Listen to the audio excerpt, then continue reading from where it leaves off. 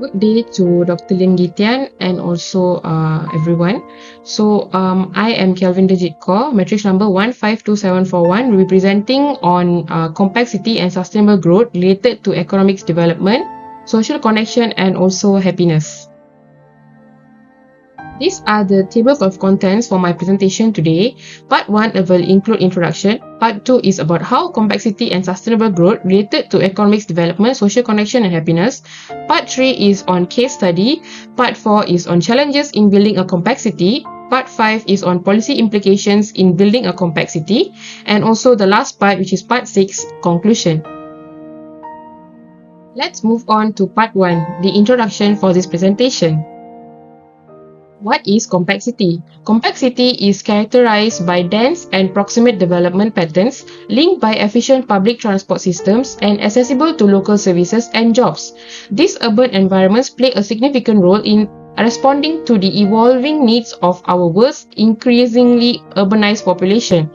A concept in urban planning and design that encourages comparatively high residential density with a balance of land uses is the complexity, often known as the smart growth city. According to those who support it, it is built upon an effective public transit system and features an urban layout, encourages cycling and walking, for instance, and uses less energy and produces less pollution.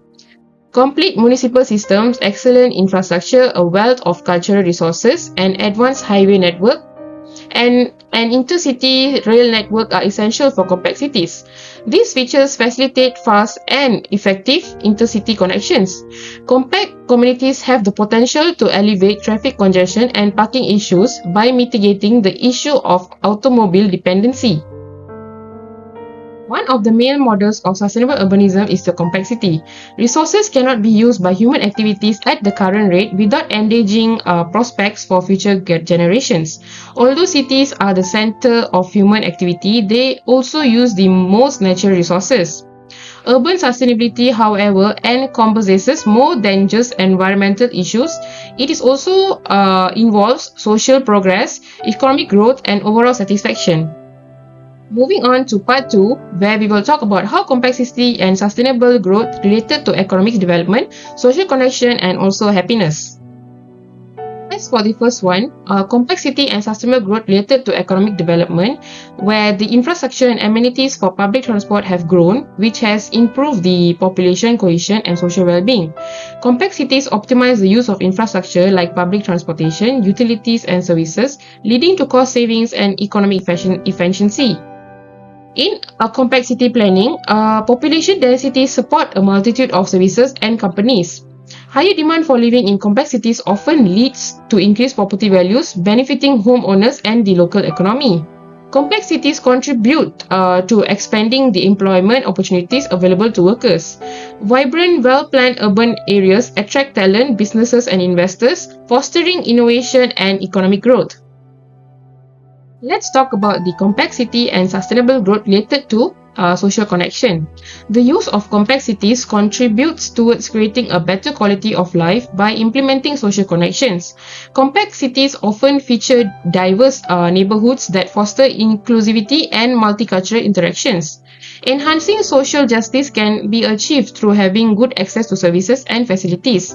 Increased in-person interaction not only foster a feeling of community and belonging, but they also make it easier to arrange impromptu get-togethers, social gatherings, and cross-cultural interactions. A sense of belongingness and connection can be achieved through the engagement of social cohesion. Communities that are more empowered as a result of the design are encouraged to participate in local governance and civic engagement. Better public transit networks found in tiny cities often lessen the need for private automobiles. Along with reducing air pollution and traffic jams, this also motivates individuals to interact with one another and their environment with everyday travels. What about the complexity and sustainable growth related to happiness? Complexities also contributes towards reducing crime rates thus providing a feeling of safety through natural surveillance. Achieving higher GDP and sustaining robust GDP growth significantly contribute to creating wealth and fostering prosperity among people by increasing the overall economic output, which in turn leads to higher incomes, improved standards of living, greater investment in public services and infrastructure, and also the enhanced opportunities for employment and entrepreneurship. Supporting human psychological and physical health. As in compact cities, people can access open green space, helping in gaining physical and mental happiness. Compact communities offer convenient access to essential services, reducing daily errands and improving quality of life, allowing more time for hobbies, socializing, and leisure activities. Next, compact communities with rich cultural landscapes such as museums, theatres, galleries, and sports facilities enhance residents' lives and satisfaction, promoting community and well-being regardless of age, ability, and also background. Close proximity to businesses and industries enhances job satisfaction and reduces commuting times, while compact communities with robust local economies promote entrepreneurship and small companies. Part 3. Case Study. The case study in USA found that the community prioritizes sustainable development, attracting eco-conscious enterprise, and building a strong local economy, promoting small businesses, social contact, civic involvement, work-life balance, and mental health programs. While in Denmark, the country prioritizes mixed-use construction, efficient public transportation, and a network of bike routes for social interaction. It also emphasizes quality of life, including access to cultural and recreational activities, green spaces, and clean settings, fostering a community engagement and promoting a healthy lifestyle. While in Singapore, strategic urban planning attracts global business and investment, while efficient land use and infrastructure promote economic growth.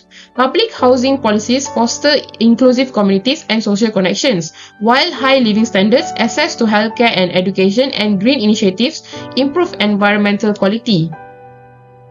Let's move on to part 4, where we will talk about the challenges to face in building a compact city.